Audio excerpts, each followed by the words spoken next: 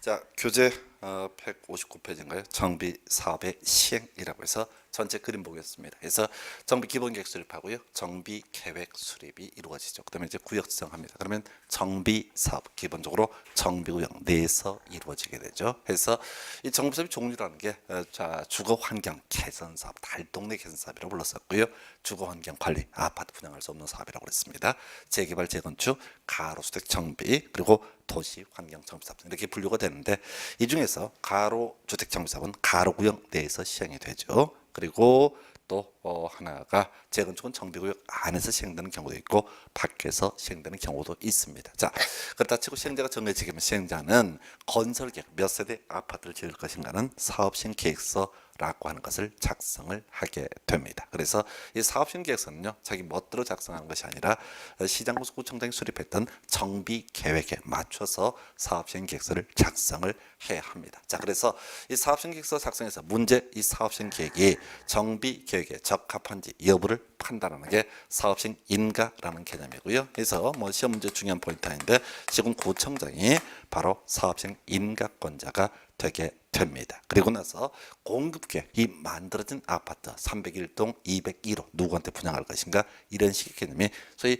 관리처분계획 이렇게 부르게 됩니다. 그래서 이 관리처분계획은요, 핵심이 분양에 관한 게, 사업시행계획은 건설에 관한 계획에서 여기에 문제 구성할 때 사업시행계획의 내용을 다 외우실 수가 없어요. 관리처분계획의 내용을 다 외울 수는 없습니다. 그래서 분양, 공급 이런 뉘앙스를 가지고 있으면 관리처분계획이 될 것이고, 그다음에 건설 등과 관련한 개념이 되게 되면 이건 어떻다? 바로 사업시행계획이다. 이렇게 가셔야 돼. 그래서 이렇게 관리처분계획 작성해서요, 역시 시군구청장이요, 이 공급계획에 대해서 사인하게 되는 것을 관리처분계획의 인가, 고시라고 부르게 됩니다. 그리고 나서요, 이 공급계획이 확정되면 이때부터 보통 착공의 문제가 발생이 되게 됩니다. 착공돼서요, 인가된 사업 시행계획에 따라서 공사가 제대로 됐는지 확인하는 것을 준공인가라는 표현을 쓰게 됩니다. 그래서 이 준공인가가 있게 되면요, 이때부터 사용을 할 수가 원칙적으로 있습니다.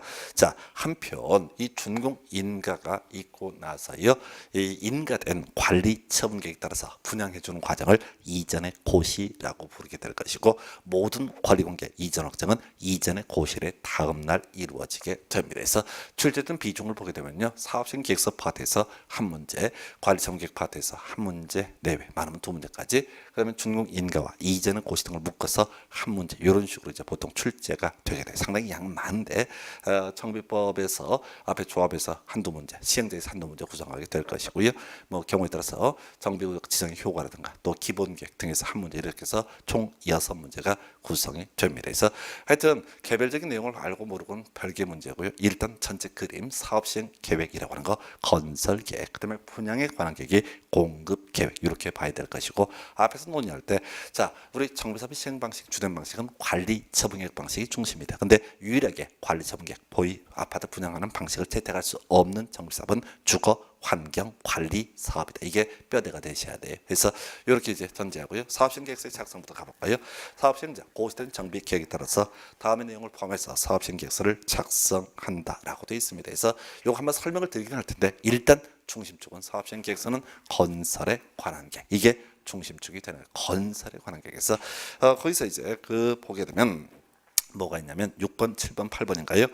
토지 이용계획, 건축물 배치 계획을 포함한다라든가 정비 기반시설, 공동 이용 시설의 설치 계획, 그다음에 나와 있는 것이 또 하나가 건축물 높이 용적률 해서 이 68을 묶어서 집 짓기 이렇게 해석을 하게 됩니다. 집 짓는 것이다 라고 해서, 한편 집을 지으려면요, 기존에 있는 건물들 철거를 해야 되겠죠. 그래서 발생하는 것이 폐기물 처리계, 이게 5번 내용이 될 것이고, 우리가 기존 건물을 철거하기 위해서는 기존에 살고 있는 분들 모두 내보내야 됩니다. 해서 밖으로 보내야 돼요. 그러기에 임시 수용 시설을 포함한 주민 이주대책, 세입자 주거 및 임시주대책, 그리고 임대주택 건설 계획 등 이렇게 가는 거예요. 그 외에도 이 사업시행 계획서 중에서는요, 거기 9번에 CCTV 폐쇄로 텔레비전 설치 계획에서, 이건 뭐 별건 아니고, 과거에 이제 김기수 사건이라고 해서 부산에서 재개발 구역 안에 살인범이었는데 몇 개월 동안 안 잡히고 있었거든요. 이 사람이 재개발 이주한 지역에서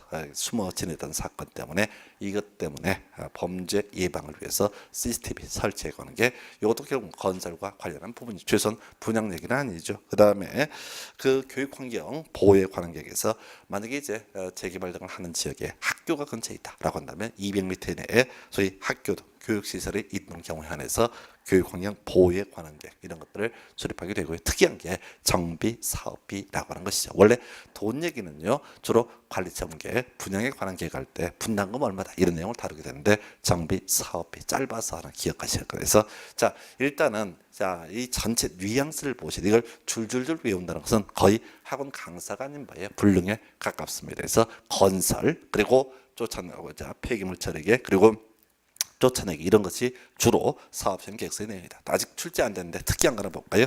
재건축 사업의 경우 임대주택 건설 계획 대신에 소형주택 건설 계획을 말한다 이런 표현을 쓰고 있어요. 그래서 우리가 이제 재건축을 위한 사업시행 계획서에는요 소위 임대주택 건설 계획은 포함되지 않고 대신 소형주택 건설 계획이라는 것을 포함을 한다 해서 시험 문제 구성을 딱 떨어지죠. 재건축 사업을 위한 사업시행 계획서 내용으로 틀린 것을 고르시오 하면 답은요 임대주택 건설 계획 이런 것이 한 문제가 될 텐데 다만 요즘에 출제 경향은 조금 이제 거리가 있긴 합니다. 그래서 예외 항목 하나만 기억하십시다.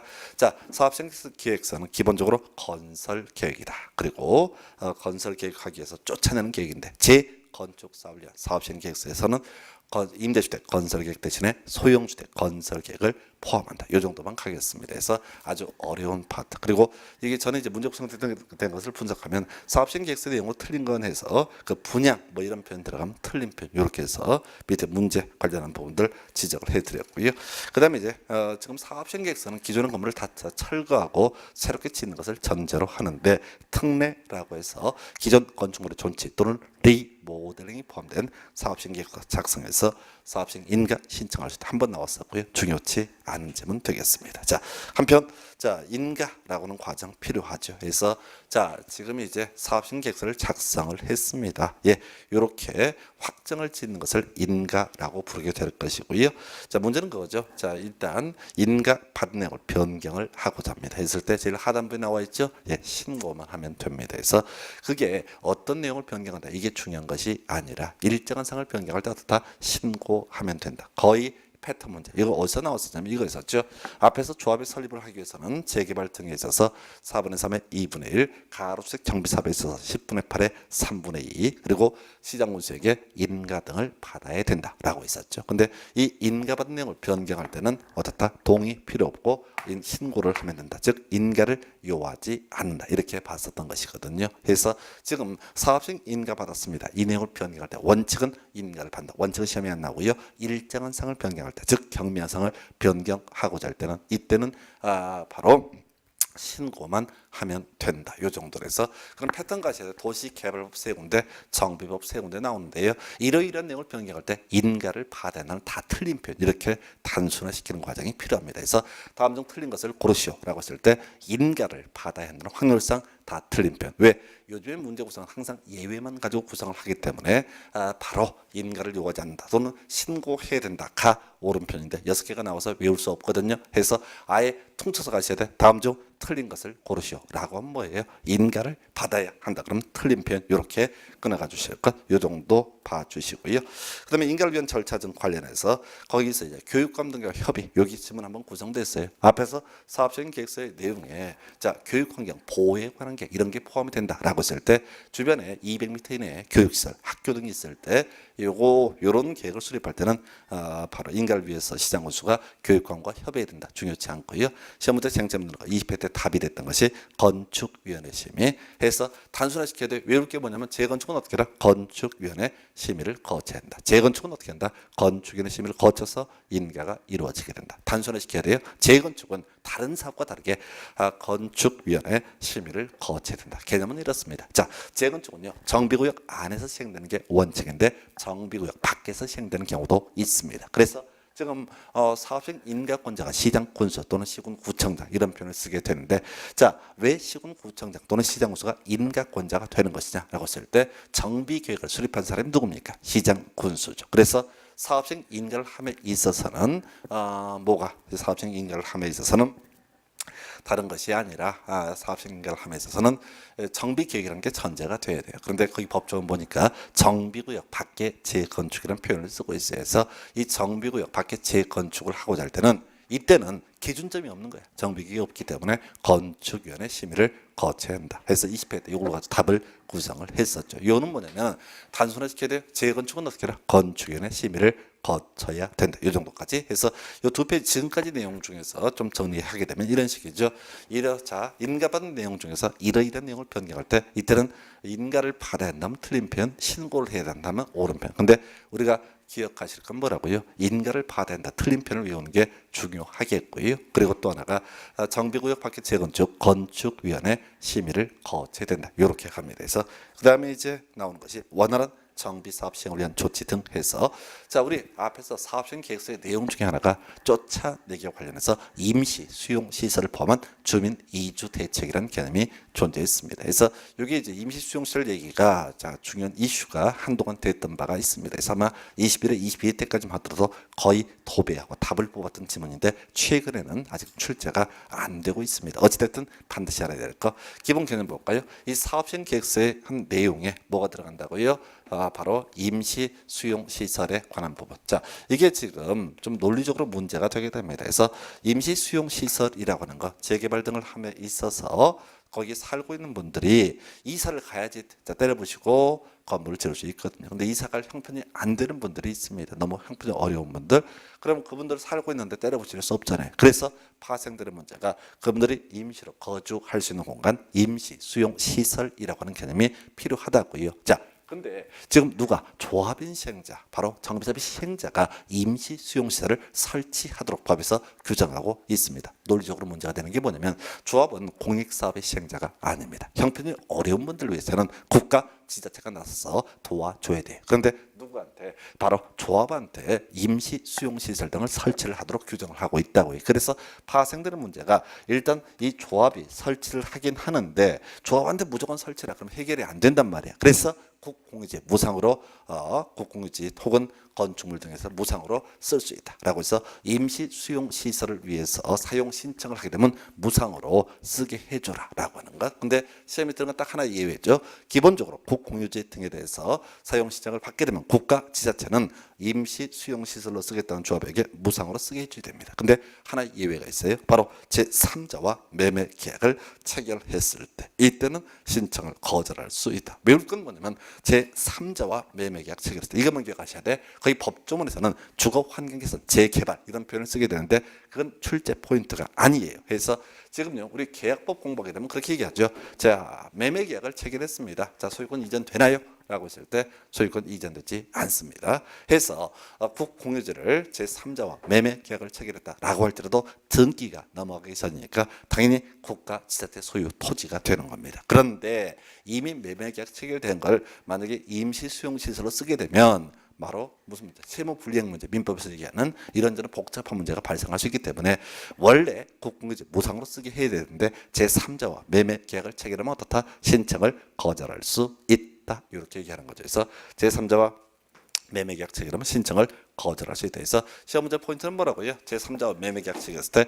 신청을 거절할 수 없다. 이런 식으로 이제 구성하죠. 그래서 그저 외울 게 뭐라고요? 제3자와 매매 계약을 체결했을 때 이게 출제 포인트야. 제3자와 매매 계약 체결하면 어떻다? 신청을 거절할 수 있다. 외울 게 명제는 제3자와 매매 계약 체결하면 신청을 거절할 수 있다. 요것만 기억하셔야 돼요. 나머지는 다 부차적인 얘기. 시험 문제 쟁점 답을 뽑는 것은 제3자와 매매 계약 체결하면 신청을 거절할 수 있다. 그게 주거 환경 개선이든 재개발이든 국가든 지자체든 중요치 않습니다. 제3자와 매매 계약 체결하면 신청을 거절할 수 있다. 요거 한 명제 하나 기억을 하셔야 돼요. 그다음에 이제 정비사업별 특례라고 해서 달동네 개선 사업에서 주거 환경 개선 사업이라고 하는 것이 있죠. 그래서 이 주거 환경 개선 사업에 따른 건축허가 또 등기를 받은 때 제일 뒤에요.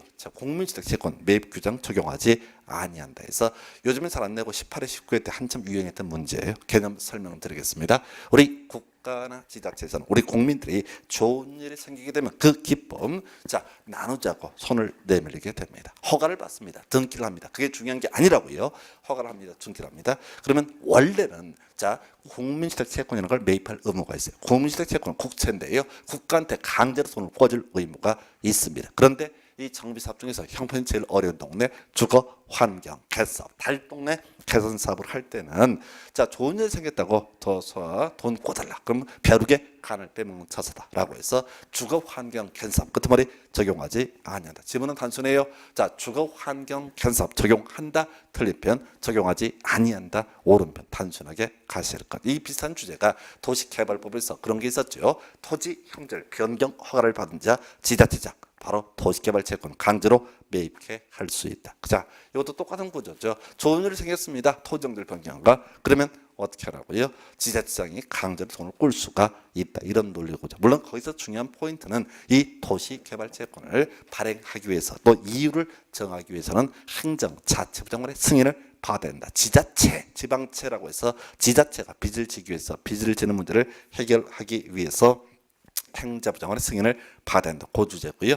그럼 재건축에 있어서 조합 원 전체 소유는 조합 소유의 토지로 본다. 이건 중요한 쟁점이 아니고요. 나와도 답이 아니에요. 그 다음에 이제 최근에 마지막 나왔던 주제가 바로 자, 도시 환경 정비 사업에 있어서 자 정비 사업의 예치라고 하는 것이 하나의 포인트. 작년에 숫자를 물어보는 그런 문제가 구성이 됐습니다. 자, 그러니까 정비법에서 외워야 될 숫자들 주요 포인트 다시 한번 정리해 볼까요?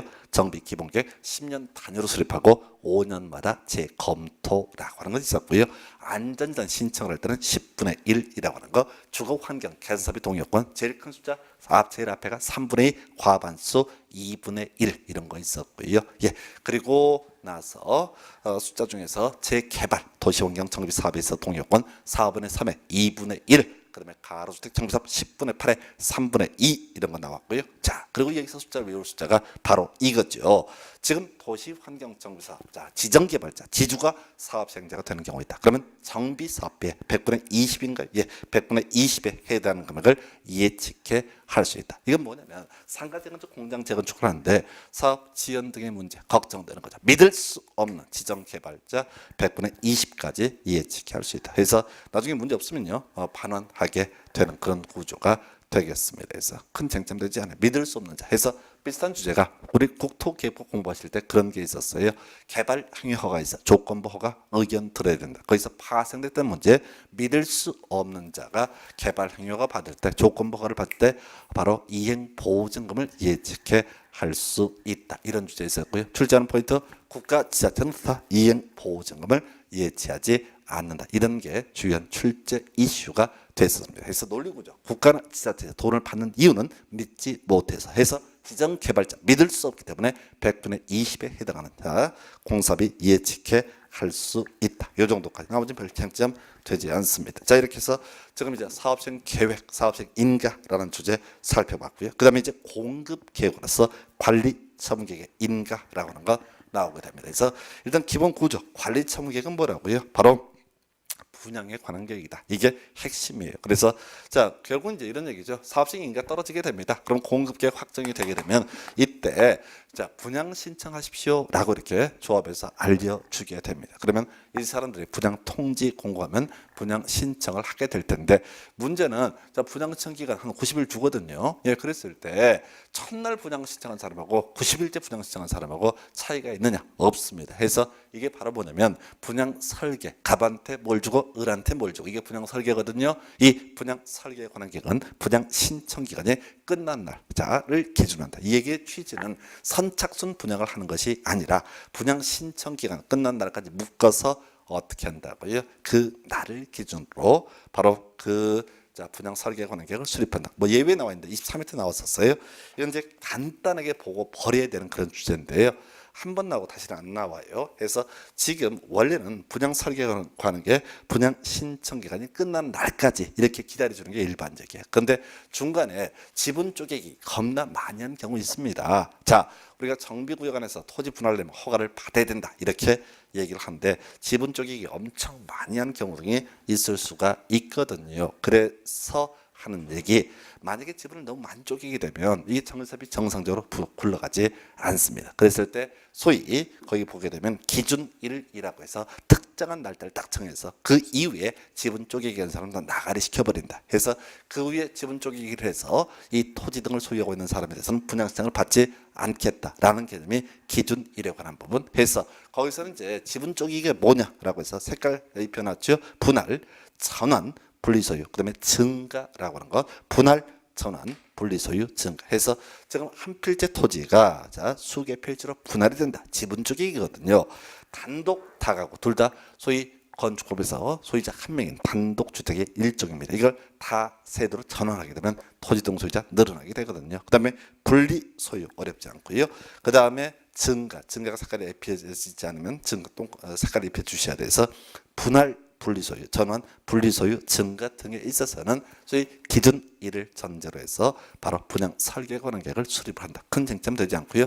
자, 그다음에 적정 규모 공급은 어렵지 않고, 자, 그다음에 건축 및 공유 지분의 교부라고 해서 이건 우리가 도시개발법 할 때 입체 환지와 비슷한 구조입니다. 그래서 앞에 사연은 그렇다 치고요. 건축물의 일부와 건축물에는 대지 공유 지분을 부여할 수 있다. 해서 사실은 이 관리 지분계획 수립의 일반적 기준이라는 것은 현실과는 거의 관련이 없어요. 그래서 전반적인 맥락을 얘기하게 되는 건데, 자, 재 또는 위생상 위해를 방지하기 위해서 필요한 경우 등에 있어서는 토지를 증가시키거나 또는 토지 가름에서 보상, 즉 토지를 주지 않거나 혹은 건축물의 일부와 건축물인 토지의 공유 지분을 교부할 수 있다. 이게 뭔 소리라고요? 증환제라든가 환제 부지정 혹은 바로 뭐가 있냐면 입체 환지 이 내용 도시개발법의 환지계획의 내용과 유사한 개념. 그래서 문장이 길어지게 되면 출제 연도는 제일 뒤에 있는 문장 건축물의 일부와 건축물인 대지 공유 지분을 교부할 수 있다. 요걸 가지고 한번 답을 구성했던 바가 있습니다. 그 다음에요. 현금 청산 역시 중요한 이슈 아니에요. 나와도 답이 되지 않습니다. 자, 문제는 이거죠.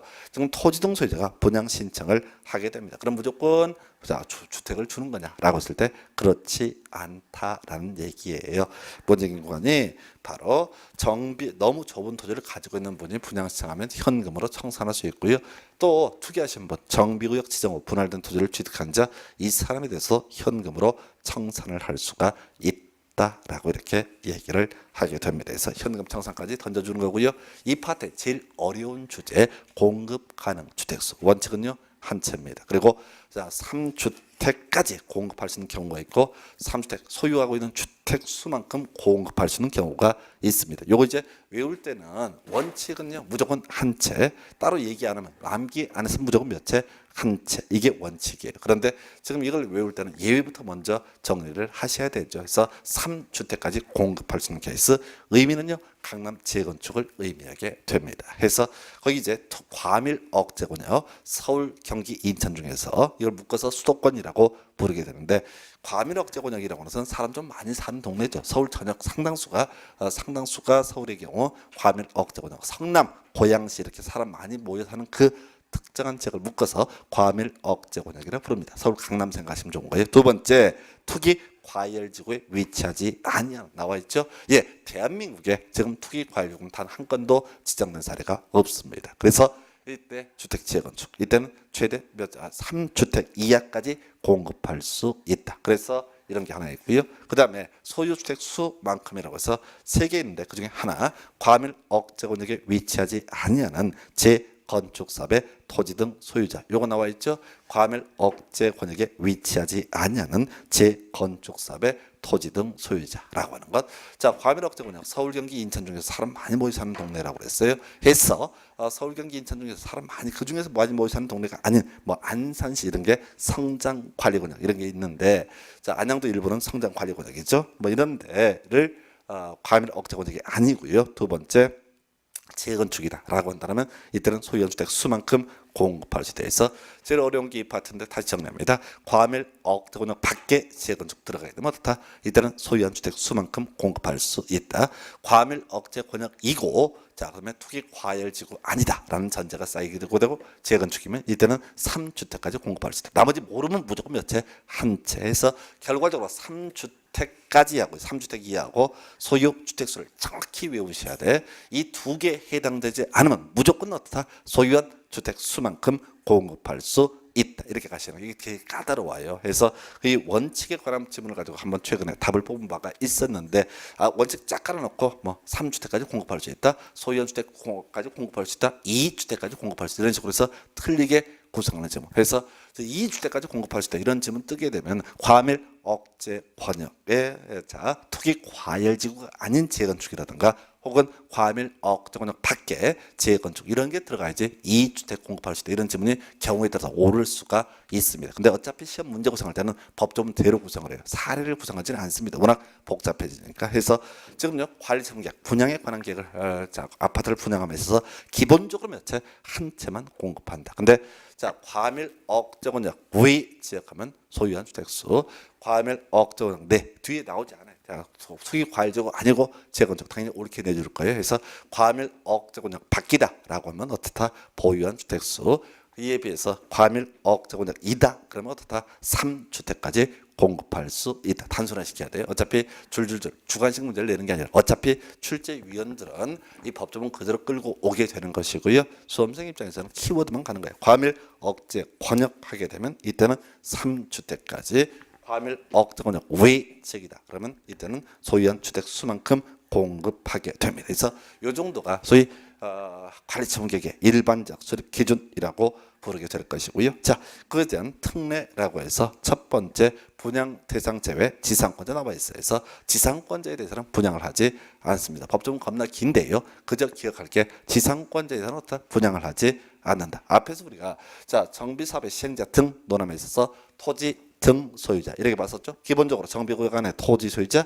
건축물 소유자, 지상권자 이렇게 얘기를 했었고 재건축에 있어서는 지상권자가 포함되지 않는다. 그리고 이 토지 등 소유자를 산정함에 있어서 공유하고 있으면 대표는 한 사람의 다수의 필지 건축물을 소유하고 있어도 한 사람, 토지 소유자와 토지에 지상권이 설정돼 있어도 한 사람 이런 식으로 봤단 말이죠. 그러면서 지상권자는 사실 사람 취급 안 하는 거예요. 그래서 지상권자에 대해서는 분양을 하지 않는다. 결론을 외우셔야 돼. 문장을 법조문을 외우는 게 아니라 지상권자에 대해서는 분양을 하지 않는다. 항상 나오는 질문 답은 안 되고요.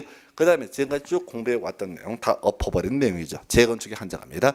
해서 재건축 사업은 조합원 전원의 동의를 받은 경우 이때는 따로 이 관리청객 수립 기준을 정할 수 있다라고 해서 전원의 동의를 받으면 따로 정할 수 있다. 해서 자 주로 나왔던 쟁점들 정리해 볼까요? 첫 번째가 자 재해 위생상의 위험을 방지하기 위해서 이때는 재해 위생상의 위험을 방지하기 위해서 자 건축물 일부와 건축물인 토지 공유 지분을 교부할 수 있다. 보호자 공급 주택수 기본적으로 원칙은 한 채죠. 그런데 시험에 뜨는 거 3주택까지 할 수 있는 거 과밀 억제 권역 내에서 그다음에 과밀 억제 권역 외 물론 이제 재건축이 될 텐데 이때는 소유한 주택 수만큼 나왔었고요.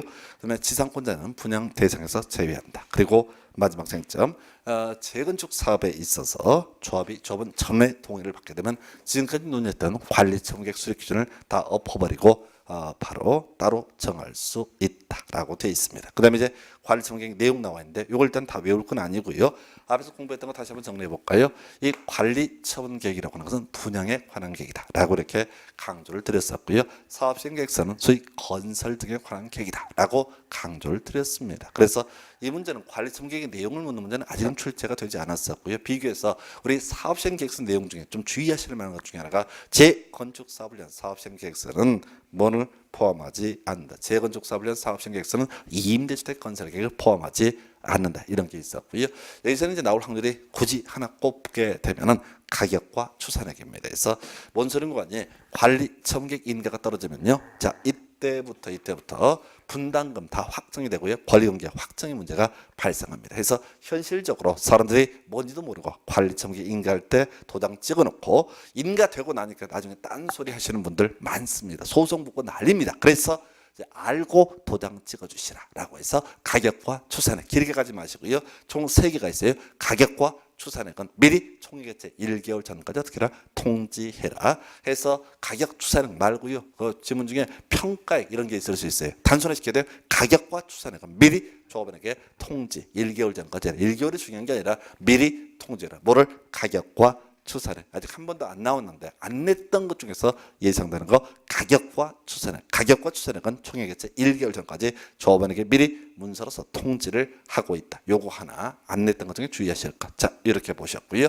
자, 이런 식으로 해서 관리 성격이 작성이 되고 시장구세 인가를 받게 됩니다. 자, 그러면 이제 확정이 되는 거예요. 자, 그런데 이 인가받은 관리 성격을 변경하고자 합니다. 원칙은요, 변경 인가를 받아야 돼요. 예. 근데 시험에는요, 경면상 변경할 때 이때는 어떻다? 인가를 요하지 않고 신고를 하면 된다. 자, 다시 가볼까요? 앞에서 조합사를 받을 때 재개발 4분의 3의 2분의 1, 가로수익 정비사업 10분의 8의 3분의 2 등 동의 받아야 되고요. 시장구세 인가를 받아야 됩니다. 근데 이 인가 받은 내용을 변경을 하고 싶다라고 하면 어떻다? 자, 동의 요하지 않고 자, 신고로서 가능하다. 앞에서 사업시행계획서 작성했습니다. 예, 이 사업시행계획서의 내용을 변경하고자 합니다. 인가받은 내용을 변경을 하고자 합니다. 원칙은 인가인데요. 시험에 뜨는 거 경면상의 변경은 신고로서 가능하다. 그래서 틀린 것을 고르셔야 할 때 인가를 받아야 된다. 이렇게 나올 테고요.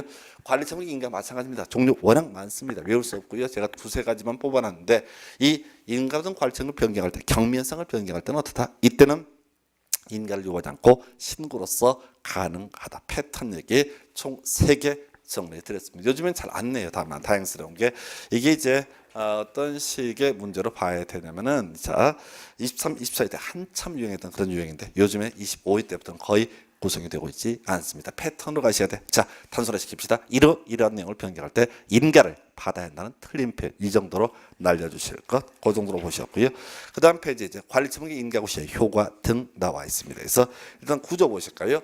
앞에서 소유권 이전이라고 하는 것은 이전의 고실의 다음날 그 효력이 발생된다라고 이렇게 정리해 드렸습니다. 출발점 뭐라고요? 이전의 고실의 다음날 효력이 발생되게 된다. 그러면 이전의 고시일까지는 권리관계 변동이 발생하지 않습니다. 그런데 앞에서 얘기할 때요, 이 관리청객 인가가 있으면 이때 바로 착공의 문제가 발생을 한다라고 논의를 한 바가 있습니다. 그러면 이제 문제가 터지는 거예요.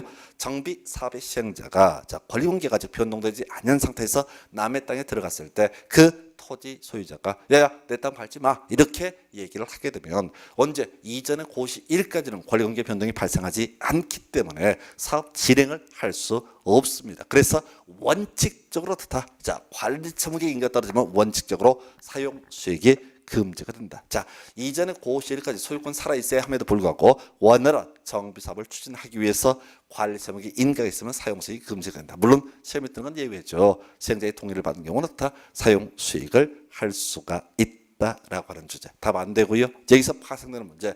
사용수익 금지라고 하는 것에서 용익권이 문제가 되죠. 그래서 기존의 토지 건축물에 있어서 용익권을 설정하고 사용해오던 분은 지상권자, 전세권자, 또 일정한 임차권자 등 이런 사람들은 관리청구계 인가가 있으면 더 이상 사용할 수 없으면 원칙이라고요. 그러면 용익권의 목적을 달성할 수 없습니다. 그래서 파생되는 문제. 이 지상권자, 전세권자, 임차권자 이런 사람들은 자 계약을 해지할 수 있다. 계약의 목적을 달성할 수 없기 때문에 계약을 장래돼서 효력이 발생하는 계약을 해지할 수 있다. 그러면 이제 그 다음 문제인데요. 계약 해지하게 되면 보증금 등, 자 전세금 등 돌려 받아야 되는데 누구한테? 자 당연히 집주인한테 돌려달라고 얘기를 해야 됩니다. 그런데 집주인이 이 전세 보증금 같은 거 받아갖고 다음 사람 받았을 때 주려고 이렇게 하는 경우 있다는 얘기죠. 그러면 이때는 돈을 받을 수 없고 또 나갈 수도 없는 것이죠. 그래서 나온 얘기 이런 사용수익 금지에 따라서 지상권, 전세권 등의 계약 해지 등의 문제가 발생되게 되면요. 그때 무슨 문제 터진다고요? 바로 금전반환 청구 누구한테 할 수도 있다? 시행자. 그래서 거긴 다 정리는 안 해놨지만은 만약에 시행자가 대신 돈을 물어준 경우에는 나중에 시행자가 집주인에게 구상권을 행사하는 그런 형식으로 자 채권 회수를 하게 됩니다. 그래서 다시 정리해 볼까요? 자 원칙적으로 사용 수익 금지가 된다. 시험에는 항상 예외. 자 바로 시행자의 동의를 받은 경우에는 사용 수익을 할 수 있다. 사용 수익을 할 수 없게 된 영입권자 계약을 해지할 수 있고 여기서 파생된 문제 금전반환 청구권 누구에게도 행사할 수 있다. 시행자에게도 행사할 수 있다. 이 정도까지면 나머지 내용들은 좀 사이드 쟁점이 되겠고요. 자 넘어가서 이제 어디까지 왔어요? 사업시행 인가 받았습니다. 그리고 관리 처분계획 인가 받았습니다. 건설계획 확정되고 공급계획도 확정이 된 그런 상태입니다. 자 그리고 나서 세월을 흘러서 아파트가 다 올라왔습니다. 그랬을 때 이게 인가받은 사업 시행계획에 따라서 공사가 제대로 됐는지를 확인하는 것을 준공 인가라고 부르게 됩니다. 그래서 자 여기서 논의 포인트는 그거죠. 일단 구조를 보게 되면 공사가 완료가 되면요 준공 인가 또는 사업 시행자가 시장 군수였을 때는 용어를 쓸 때 공사 완료 고시라는 표현을 쓰게 돼. 공사 완료 고시라는 표현을 쓰게 됩니다. 그래서 준공 인가의 고시 또는 공사 완료 고시 있을 텐데요. 이게 요즘엔 안 내고요. 핵심이 뭐냐면 준공 인가가 있으면 완성이 됐으니까 사용할 수 있다. 이게 돼야 되는데 항상 시험은 예외가 문제가 되겠죠. 예, 준공 인가 전이라도 허가 받으면 어떻게 할 수 있다? 사용할 수 있다. 이게 기본 구조. 그래서 제일 하단부에 준공 인가 전 사용 나와 있죠. 구조를 두 개를 보셔야 돼. 자, 준공 인가 전의 경우에서 자 조합과 같은 시행자가 일반적인 모습이 될 테고 또 경우에 따라서 시장 군수 주공 등이 시행자가 되는 경우도 있습니다. 그래서 지금 조합인 시행자의 경우는요 준공 인가 전이라도 시장 군수 등의 허가를 받아서 어떻게 할 수 있다? 사용할 수 있다라고 이렇게 사용을 하게 할 수 있다 이렇게 할 것이고요. 한편 자, 이 허가를 누가 내주냐면 시장 군수가 내줍니다. 그래서 시장 군수인 시행자의 경우에는 역시 허가 없이 사용케 할 수 있다. 이게 출제 포인트. 다시 자 지금요 준공 인가가 있으면 사용할 수 있다. 이런 전제 하에서 조합 같은 자, 행정청이 아닌 시행자의 경우 시장 군수가 아닌 시행자의 경우에는 허가 시장 군수한테 허가 받아서 그 입주 예정자에게 사용케 할 수 있다. 이렇게 할 것이고 그리고 나와서 시장 군수인 시행자는 아예 허가 없이도 어떻게 할 수 있다? 사용케 입주 예정자라면 사용케 할 수 있다. 이렇게 해서 준공 인가에 관련한 개념 확인을 해봤고요. 그 다음에 이제 논의가 되는 것이 이전의 고시라고 하는 거. 작년에 이 파트가 출제가 됐었죠. 전체 그림을 먼저 확인하셔야 됩니다. 지금요 준공 인가 있고요. 이전의 고시가 있게 되면 이전의 고시의 다음 날 소유권을 취득한다. 이게 기본 구조예요. 그래서 지금 자 준공 인가 떨어지게 되면요 거기 이제 제목들 보니까 이렇게 되어 있어요. 대지 확정 측량 등 한다 이런 얘기죠. 그리고 토지 분할을 하게 됩니다. 측량한 다음에 각각의 토지를 분할을 하고요. 그리고 나서 이전의 고시라고 하는 것도 있죠. 그래서 출제하는 포인트 바로 소유권 취득식이 되겠습니다. 그래서 대지 또는 건축물을 분양받을 자 고시가 있는 날에 다음 날에 소유권을 취득한다. 되게 간단한 얘기죠. 그래서 권리의 이전이라고 하는 거 언제 이전의 고시를 다음 날 소유권 언제 취득한다고요? 이전의 고시를 다음 날에서 다음 날 빼서 틀리게 하는데 얘는 답이 되지 않고요. 문제는 이전의 고시를 다음 날 권리가 이전된다는 얘기는 소유권만 이전되는 것이 아니라 각종의 권리 모두 다 이전이 되게 됩니다. 뭐 거기 나와 있는 것이 대지 또는 건축물을 분양받을 자에게 소유권을 이전하는 경우 종전 토지 건축물에 있는 지상권, 전세권 등등 각종의 권리 다 같이 옮겨가게 돼요. 법에서는요 이걸 표현할 때 설정된 것으로 본다라고 돼 있어요. 그래서 이것도 같이 다 넘어간다. 언제? 이전의 고실의 다음 날. 외울 게 뭐라고요? 이전의 고실의 다음 날 소유권 취득한다. 그리고 소유권 외 권리라고 하는 것은 설정된 것으로 본다. 외울 게 뭐라고요? 설정된 것으로 본다. 시험 문제 구성할 때는 항상 옳게 내요. 왜? 설정 안 된 것으로 본다. 이렇게 하지는 않을 거란 얘기죠. 그래서 옮겨간다는 얘기. 이걸 우리 법에서는 설정된 것으로 본다. 실제 문제 구성할 때는 지상권 내기도 하고요. 전세권 내기도 하고 저당권 내기도 하게 될 겁니다. 그래서 그게 번갈아가면 나오는데 우리가 그저 지금까지 문제만 가지고 분석하게 되면 설정된 것으로 본다. 얘기를 단순화시키면 이전에 고시가 있으면 그 다음날 모든 권리관계가 이전 확정된다. 소유권의 입장에서 보면 이전의 고시의 다음날 소유권 취득한다. 소유권 외에 관한 권리 설정된 것으로 본다. 이렇게 봐야겠고요. 자, 이제 마지막 주제 점점 다가오고 있습니다. 그래서 지금 청산금의 교부, 징수 등 나와 있어요. 자 볼까요? 이전의 고실에 다음 날이 되게 되면 어떻다고요?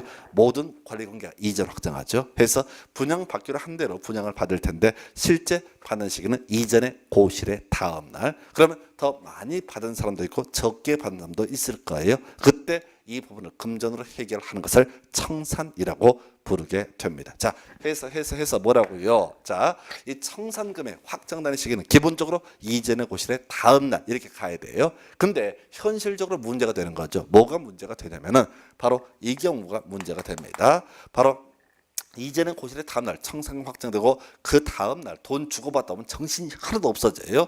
그래서 이제는 고실의 다음날 자 청산금 막 주고받고 생 난리를 펼 것이 아니라 분할해서 징수하거나 분할해서 교부할 수 있다 해서 우리가 도시개발법 할 때도 청산금 환지처분 공고일 다음날 확정됐었고요. 분할 징수 분할 교부 가능합니다. 그래서 법조문 보니까 자 정관 등에서 분할 징수 분할 지급에 관해서 정하고 있거나 또 총회 의결을 통해서 따로 정한 경우도 자 키워드는 뭐라고요? 이전에 고시일까지 미리 분할 징수하거나 분할 교부 지급할 수 있다라고 하는 거에서 분할 지급 분할 교부 가능하다. 이게 작은 건데 답을 자주 뽑았던 그런 질문이고요. 한편 자 징수하는 입장에서 생각해 보겠습니다. 사업 시행자가요 지금 청산금을 받아내야 돼. 많이 부담받은 분한테 돈 받아내야 되는데 얘가 돈을 안 주는 경우가 있다. 그러면 사업 시행자 조합 같은 사람이 일일이 다 소송 걸기 어렵죠. 그래서 전문적으로 삥 뜯는 애, 지방세 받는 애 있죠. 시군구청장 되겠습니다. 그래서 우리 법에서는 시군구청장과 시장군수를 혼용해서 쓰고 있는데요. 바로 시장군수한테 징수를 위탁할 수 있다. 수수료 몇 프로? 4%. 우리 공법에서 다 시군구청장 또는 시장군수한테 징수를 위탁할 수 있고요. 모두 다 수수료 몇 프로? 4%. 밑에 바로 문제 보기에는 50억 빙을 받았다 뜯었다 얼마의 수수료를 지급해야 되냐 2억 이런 문제도 구성이 된 바가 있습니다. 작년에 도시개발법 파트에서 시군구청장한테 징수를 위탁할 수 있다. 이게 답이 됐다고요. 그러면 당연히 수수료 문제 나올 수도 있는 것이고요. 또는 정비법에서 시장군수에게 징수를 위탁할 수 있다. 이런 것들도 나올 수 있습니다. 그래서 그렇게 봐야겠고요. 자 한편 저당권의 물상대위 이것도 하나의 이슈가 됐는데요. 사실은 이 뒤쪽에서 전형적으로 문제가 구성된 것이 이전에 고실의 다음 날 설정된 것으로 봅니다. 무엇이 각종의 물권, 각종의 권리, 소유권을 제외한 나머지 권리가 설정된 것으로 본다라고 할 텐데 이제 또 하나의 쟁점이 되는 게 저당권의 물상대위죠. 자 지금 문장을 보면 저당권을 행사할 수 있다라고 돼 있어요. 물론 이 저당권의 물상대위라는 것은 압류 절차를 미리 거쳐야 되겠죠. 자 돈을 특정을 해야 되기 때문에 압류 절차를 거쳐야 되는데 문제는 그겁니다. 지금 어떤 토지에 자 갑이라고 하는 사람이 토지 소유자가 될 것이고 자 을이라는 사람이 저당권을 가지고 있는 경우가 있다 이런 얘기죠. 자 그러면 이전의 고실의 다음 날 당연히 갑도 분양받은 대지건축물로 옮겨오게 될 것이고요. 이 저당권도 설정된 것으로 본다라고 했으니까 같이 옮겨와야 돼요. 그런데 이 사람이 분양받은 갑이라고 하는 사람이 원래 10억짜리 물건이었었고 저당권 5억을 설정을 했다고 한번 전제해 보겠습니다. 근데 얘가 10억을 분양을 받는 것이 아니라 예를 들어서 2억짜리 주택을 분양받고 나머지 청산금을 받는 경우가 있다 이런 얘기죠. 그러면 이 저당권자는 전혀 보호를 받을 수가 없죠. 이 사람은 10억 담보물을 기준으로 5억을 대출해 줬는데 지금 2억짜리 물건 다운된다고요. 그러면 이 청산금에 대해서 이 청산금이 누구한테 갑에게 지급되기 전에 압류 절차 특정하는 과정이었죠. 우리 민법에서 공부할 때 저당권의 물상 대위라고 하는 개념할 때 자 뭐 그런 거 나오죠. 공용징수 이런 거 통해서 매매 이런 건 안 돼요. 공용징수라든가 이런 경우 그 멸실되거나 멸실에 따른 보험금 그다음에 공용수 수용당한 경우에는 압류 절차를 거쳐서 저당권 행사할 수 있다 해서 이때 압류라고 하는 것은 여기서 굳이 예를 들면 갑이라고 하는 사람이 가지고 있는 기존의 돈하고 섞이면 안 된다 이런 취지이기 때문에 압류는 제3대 압류도 가능하다. 이런 것들이 민법 영역, 물권법에서 논의를 하게 될 영역이 있고요. 일단은 공법에서는 단순화시키면 저당권의 물상대위에서 이 청산금에 대해서 저당권을 행사할 수 있다 이렇게 가는 거죠. 시험 문제 되게 간단해요. 길게 깔아놓고요. 저당권을 행사할 수 없다 이런 식으로 구성을 합니다. 그래서 자, 그 정도 마지막 쟁점이요. 자, 소멸시효라고 하는 거 보겠습니다. 그래서 이게 작년 시험 문제 답이 됐던 그런 주제인데요. 자, 우리 공법상 채권의 소멸시효 기본적으로 5년 이렇게 얘기를 합니다. 따로 얘기하면 소멸시효 몇 년, 5년 이렇게 얘기를 하게 되는 거예요. 자, 그래서 이 청산금을 지급 지급을 받을 권리 또 징수할 권리 이전의 고실에 다음 날부터 5년간 행사하지 않으면 소멸한다. 5년은 중요치 않아요. 누구나 다 아는 거니까. 그런데 지금 청산금이 확정되는 시기가 언제입니까? 소유권을 받는 시기가 언제입니까? 했을 때 이전의 고실의 다음 날. 그래서 이 이전의 고시일로부터 바로 5년간 이런 식으로 해서 틀리게 구성을 했던 바가 있죠. 해서 26회에 답이 됐던 지문. 해서 이 파트만 정리하게 되면요. 다시 정리하겠습니다. 자, 준공 인가 전이라도 사용을 할 수 있다. 원칙적으로 자, 시장군수 외 시행자는 허가 받으면 이전의 고시자 바로 준공 인가 전이라도 사용할 수 있다. 그러나 시장군수인 시행자는 자기가 허가해 주니까 허가 없이도 사용케 할 수 있다. 요거 하나 포인트. 한편 자 이렇게 이전의 고시 있으면 이전의 고시의 다음 날 소유권을 취득한다. 소유권만 넘어온 게 아니라 각종의 권리 이전의 고시의 다음 날 다 옮겨오죠. 이걸 우리 법에서는 설정된 것으로 본다. 이렇게 얘기를 하게 됩니다. 한편 이전의 고실의 다음 날이 되게 되면 청산금이 확정되고요. 징수와 교부의 문제가 발생하는데 이런 청산금, 분할 징수, 이전의 고시일까지 미리 땡겨서 관리처분계 인가 있고 이전의 고시일까지 미리 땡겨서 분할 징수, 분할 교부할 수 있다. 자, 이 징수와 관련해서 돈을 내지 않는 것이다. 라고 한다면 시군구청장, 시장군수청에게 징수를 위탁해서 수수료 4% 주고 대신 받아낼 수가 있다. 또 아까 설정된 것으로 본다. 그럼 저 당구도 옮겨와야 되는데 이 사람이 분양받은 양이 아주 작다라고 하게 되면 이때는 자 압류 절차를 거쳐서 그 청산금에 대해서 저당권을 행사할 수 있다. 이렇게 가게 될 것이고 그 외에 이 청산금을 지급받을 권리, 징수할 권리 자 이제는 고시래 다음 날부터 5년간 행사하지 않게 되면 소멸한다. 포인트는 다음 날 되겠습니다. 그래서 자 이렇게 해서 우리가 이제 정비사업 시행 등에 관한 주제 확인해 보셨고요. 자 다음 시간에 건축법에 대해서 확인을 하도록 하겠습니다. 자 수고했습니다.